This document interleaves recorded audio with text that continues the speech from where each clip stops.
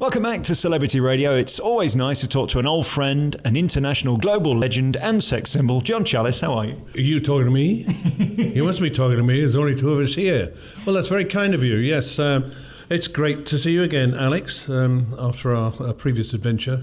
Is it nice to be you? I mean, there I was on Wednesday night watching you on the telly, and then everywhere you go, every now and again, you'll have a page in the paper or you'll be on the radio, and that voice will be heard. And then, of course, we watch Gold. You're on every night. Yeah. It must be brilliant in a way to still be here, because being current is the toughest gig in show business, isn't it? Well, it is. Yeah, I feel very blessed, really. Very lucky to have been part of Only Fools and Horses, obviously, which, as you say, has never been off since, really. I mean, every day practically on 2 or 3 channels, and people want to talk about it. And when I'm doing this show, people just love it, and the recognition is about, oh, they go, yeah, rounds of applause and all that, for the show, and the stories that come out of that show, and then to have done the spin-off, the Green Grass, and luckily a man called Darren Litton wrote, I think, about an episode and a half of Green Grass.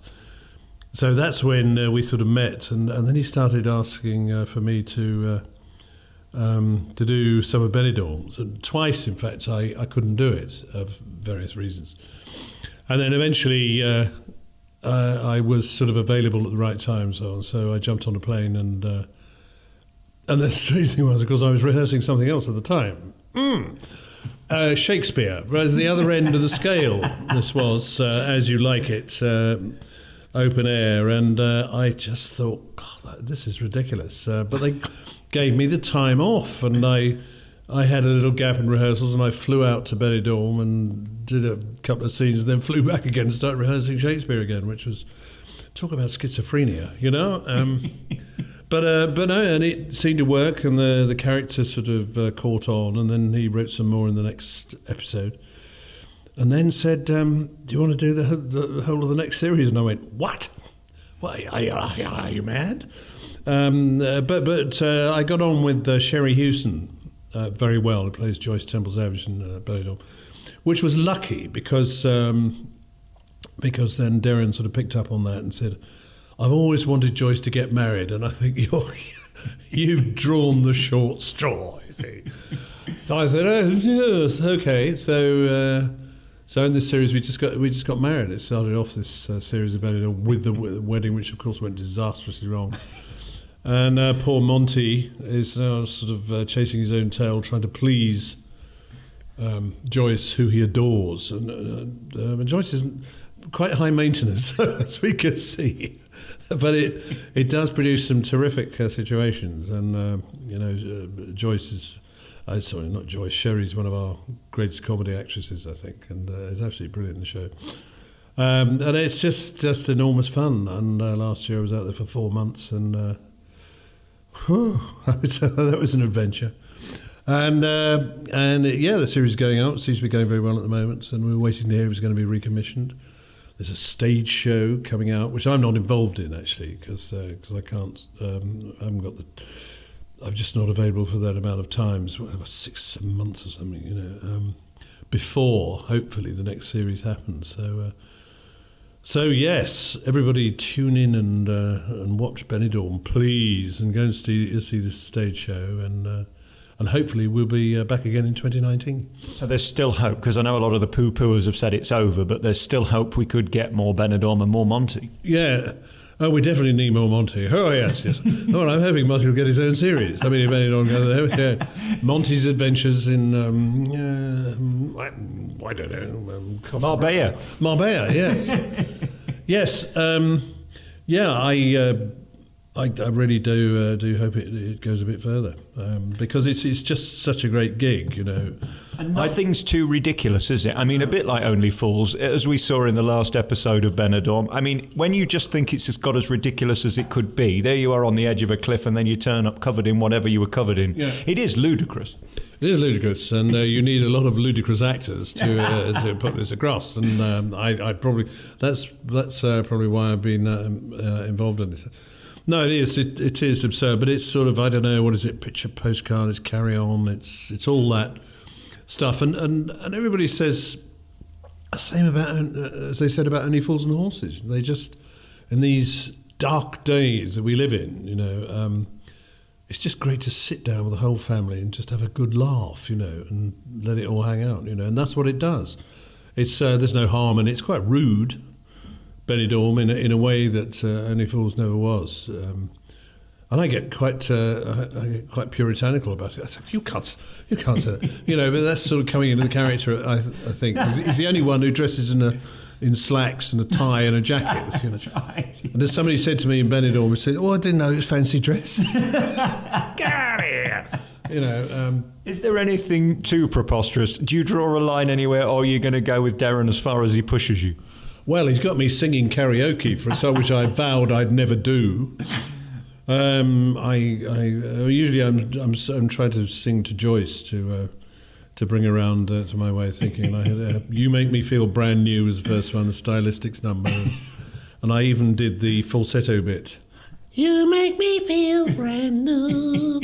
Everyone thought that was really stupid. Anyway, and then I got to sing the wonderful China in Your Hand, Tapau's number. The reason for that was that Monty's become entertainment's manager at the Solana. Joyce has given him a job, and he said, "Yeah, well, I did dabble in management, in the 70s. I got very close to signing Tapau."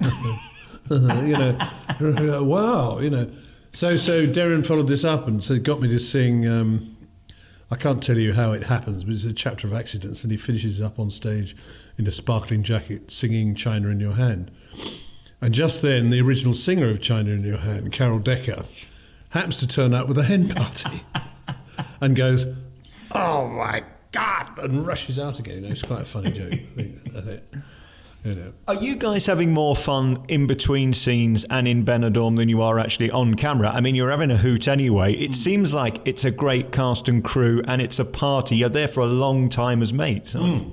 Yes, yes. It's one of those things that is quite an ensemble piece, really, and you have to sort of get on, and everybody seems to. There's been a lot of changes over the years, for heaven's sake. It's been going for 10 years. But we go out together quite a lot. You get a text suddenly from someone saying, "Where are you? Where are we going? What are we doing?" You think, "Oh, I hadn't even thought of going out yet." And you finish up in a lot of these karaoke bars, listening to other people attempting to sing, and probably drinking slightly too much. Now, if you've got a day off the following day, the trick is to avoid drinking too much when you've got to get up at 5 o'clock in the morning or 6 o'clock to see. Which sounds obvious, but it's not that easy to avoid. And we must remember the line between Benidorm, the show, and Benidorm, the reality, it isn't that far. It is a place where a certain type of person goes for a certain type of holiday. And that's not to say that's good or bad. That's what it is. Yeah, so absolutely. I had no experience of Benidorm. I'd heard all the stories about it, thinking, my God, that sounds awful. And so I went out there with some trepidation, but when I got there, I just saw everybody having fun, and they come out for 4 or 5 days and give it a blast, and then go home again and get on with real life, and so over that period of time, there's a whole succession of boys and girls doing that, and the whole thing is just, well, hey, and it's amazing because you can start early in the morning filming, and you see people just coming home from the night before dressed as anything. Barack Obama, I saw, and I saw a whole bunch of Neanderthal men in loincloths, chest wigs, hair all over the place, sandals. I mean, hardly able to stand up, And then one of them sort of looked in the shop window, sort of tried to adjust his chest and said, "Yeah, I probably should have worn a tie with this." And then throws up in the paper, But it's sort of fun. It's great to watch that side of life going on, Have you and Sherry been to see Sticky Vicky yet? No, I think Sherry's seen Sticky Vicky, but I've heard about Sticky Vicky, and I don't want to see it. It's quite a trick if you can do it, though, let's face it. Oh, yes, so I hear. I'm just not... But I can't face it. It's a step too far. Yeah, no, I've been... people have tried to sort of get me to see this act on several occasions, and I've always found an excuse not to, really. Sorry, no, I'm watching the football, doing men stuff, and going, oh, God, I feel ill suddenly, or I got an early start. You're not available. And then, of course, we look at the cast that they've employed in the last couple of series, and they keep sticking in. I mean, they seem to love the turns and the variety acts and the nostalgia. They're really playing on that. Are we going to get more of that this series, where people are just going to turn up for absolutely no reason other than the fact we love them and remember them? Well, I mean, it's one of the great things about doing a job like this is you get to meet a lot of your heroes, and people you've been watching and admiring for ages. And yes, we've got a lot of, visitors. Not only actors. I mean, Nigel Havers turns up, as you probably saw in the second episode, and very good he is too. Very funny, really engaging sort of guy, But not only that area, but also musically. In the first episode we had Tony Hadley, who was just amazing, and he brought his family out there, and he came out to the Rock and Roll House for the rest of it, and there was the sight of, so quite late at night, shall we say, or early the next morning, of Tony Hadley singing his head off to an Elvis impersonator, and people looking at it going, what's he doing? And he had a great time, for I suppose 2, 3, 4 days or something, and sort of joined in, and looked after the family during the day, and it was absolutely tremendous. I mean, there's 2 songs, and he sang his 2 massive hits, and just go, wow, that's really something. So it's sort of like being honoured, isn't it? Even the fact you're there, you're being honoured by the fact you're there, but you've also got to be prepared to have the mickey taken out of you. That's the deal with that show, because that's what it is. Oh, sure, absolutely, yes. I mean, reputation counts for nothing, really. It's yes. Can you hold your own in the karaoke bar? That's what it's all about, love. But you got to do a job, and although it's a pretty chaotic series, I mean. Everybody takes it very seriously. Well, it's interesting. Last year, 2 years ago in Nottingham, Tony Morsley did the Dame for the first time. And, of course, he plays that character so well in Benidorm. Right. And it's the most ridiculous. But he's probably the most successful actor in terms of film. I mean, this guy can really do it. And I think everybody on that show has to be amazing, a bit like Corrie and EastEnders, to turn up and deliver that day after day instantly with very little rehearsal is a true skill, isn't it? It is, yeah. No, I've seen Tony doing a couple of things. Actually, the latest thing I saw him do was Hairspray, which I'd not seen before, and he was wonderful. He's got a lovely, lovely quality. Really has got a smashing face and a wonderful, soft quality to him. In that show, and also in although he gets absolutely furious, and all that about his Joyce Temple Savage.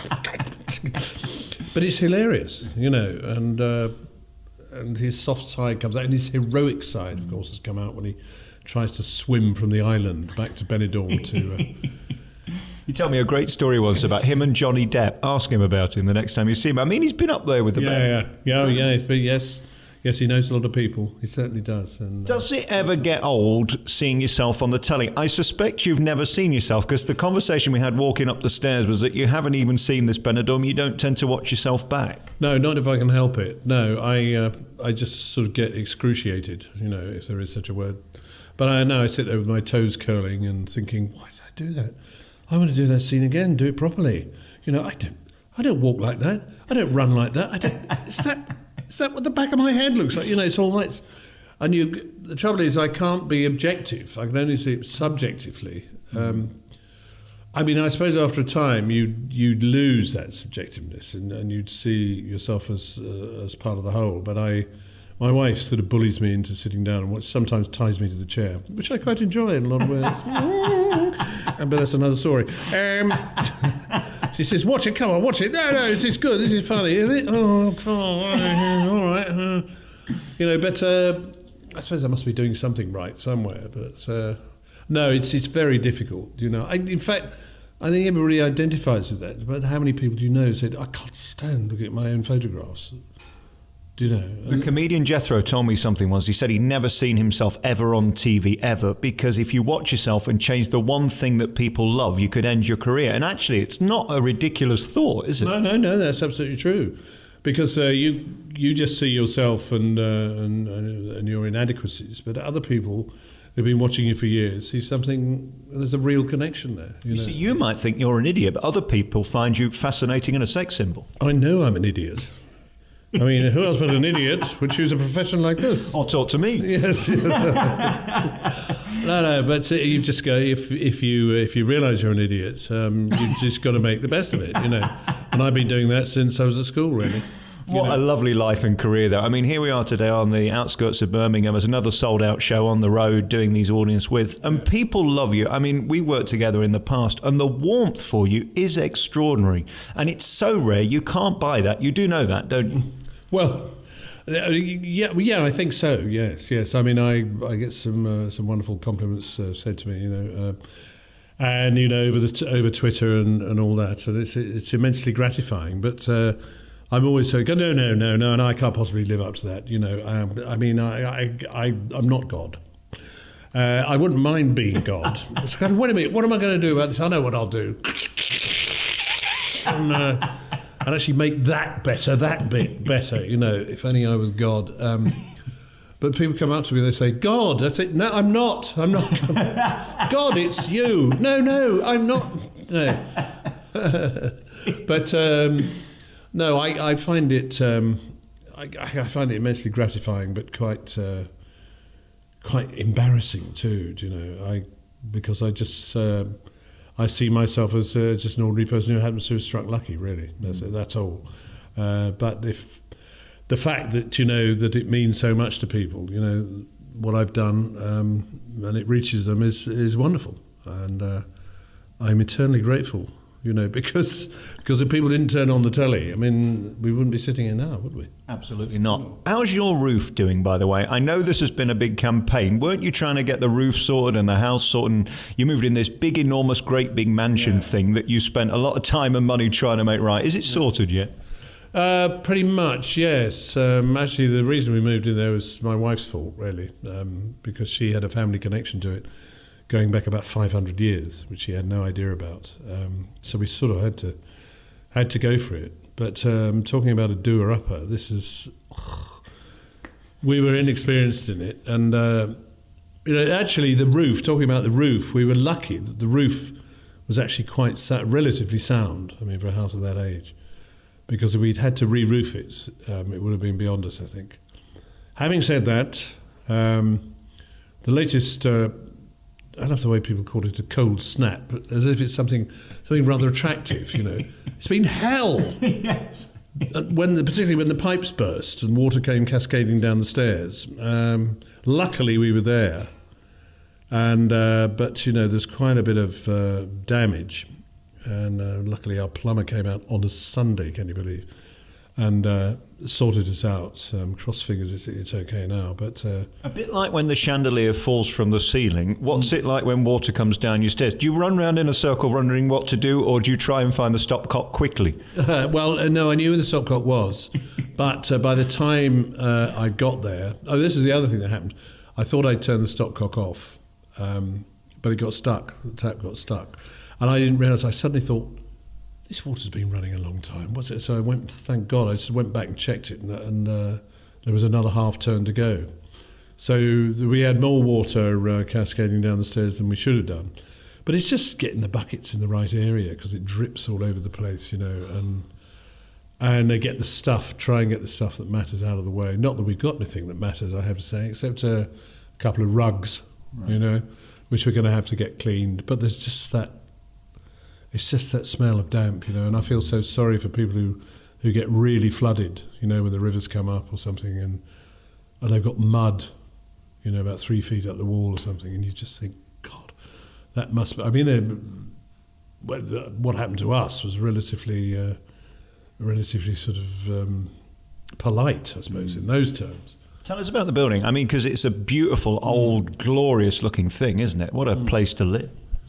Well, yes, we had no intention of going that far west, and buying something that old or that big, really. But as I say, my wife had a family connection to it, going all the way back to the dissolution of the monasteries. And it was like fate had brought us there. And we thought, we've got to do this, So we threw everything at it and some more. And since then, it's been a labour of love, shall we say. But I suppose it's habitable, which it wasn't when we moved in. And everything sort of works, but there's much more to go. Like our plumber said, you really must lag these pipes properly. It's no good putting a bit of garden fleece around them and hoping that's going to be okay. He said, I'm going to come back in the summer and I'm going to do it for you. I said, oh, great, I'll start saving now. And he said, no.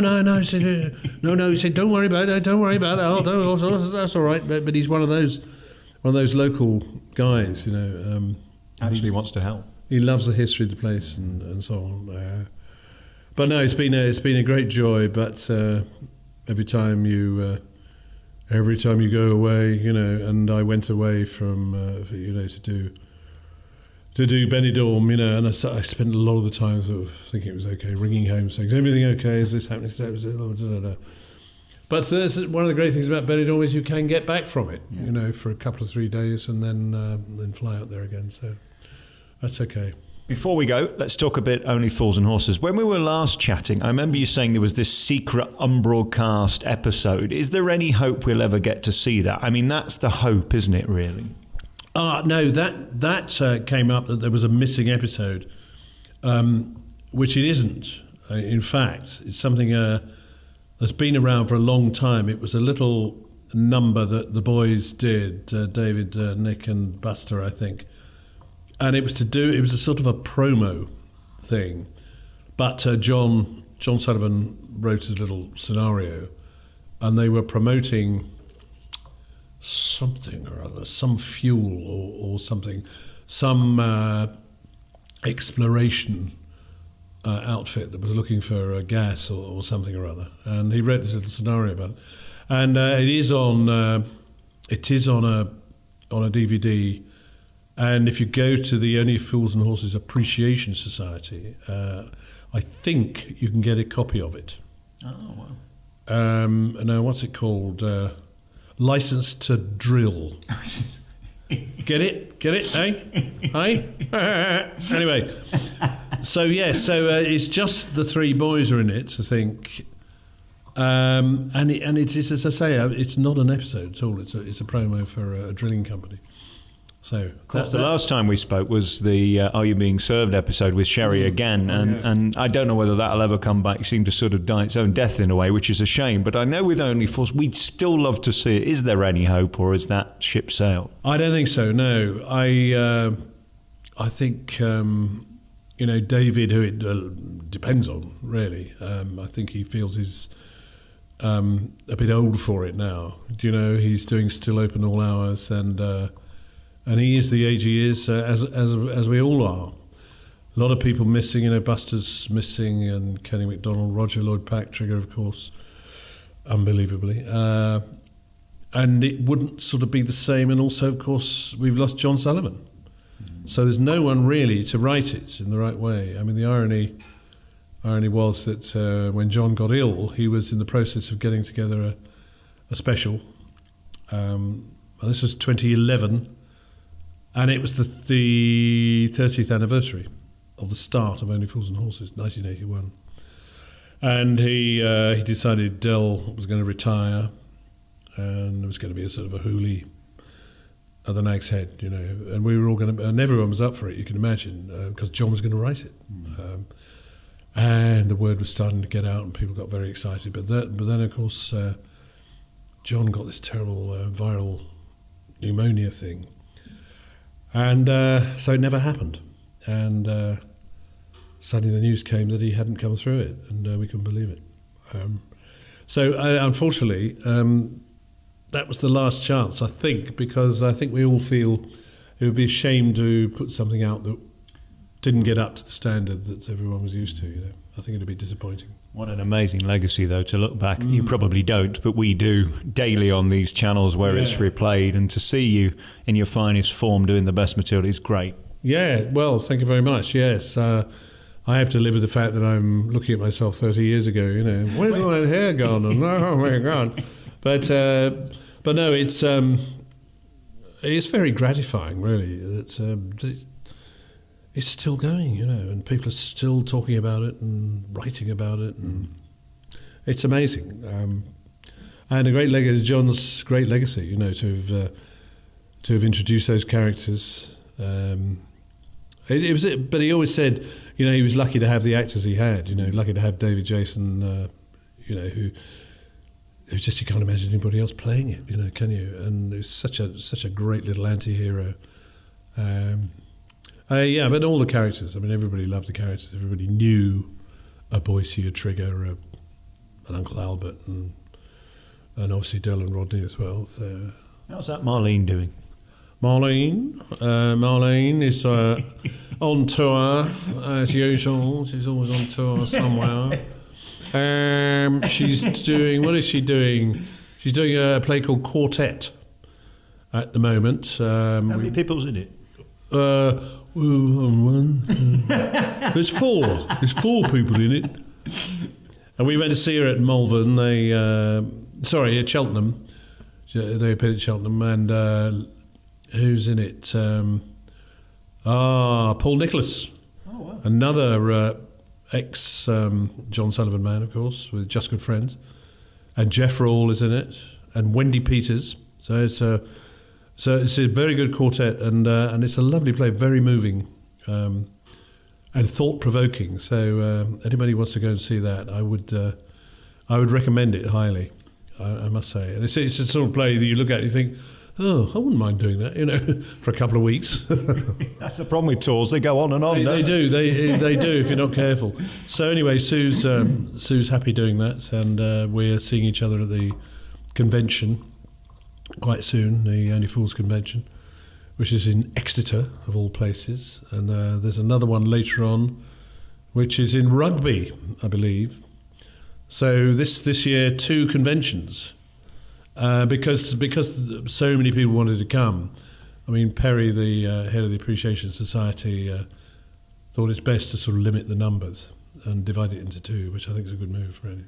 What an amazing testament to your popularity and legacy. Brilliant. We look forward to the Monty spin-off with Sherry. That's going to be marvellous. Coming to ITV later in the year, hopefully. Yeah, absolutely. John, lovely to see you. You're one of my favourite people and a huge star. Congratulations on everything. Another huge year. Can you believe it? It seems to be back. It's your time, isn't it? I must stop this soon. I'm going to live on a desert island or something. But anyway, no, I've still got... nothing replaces actually getting out there and entertaining people for me, So as long as people are going to be entertained, then that's it. Anyway, thank you very much, Alex. Congratulations. Thanks for your time. Cheers.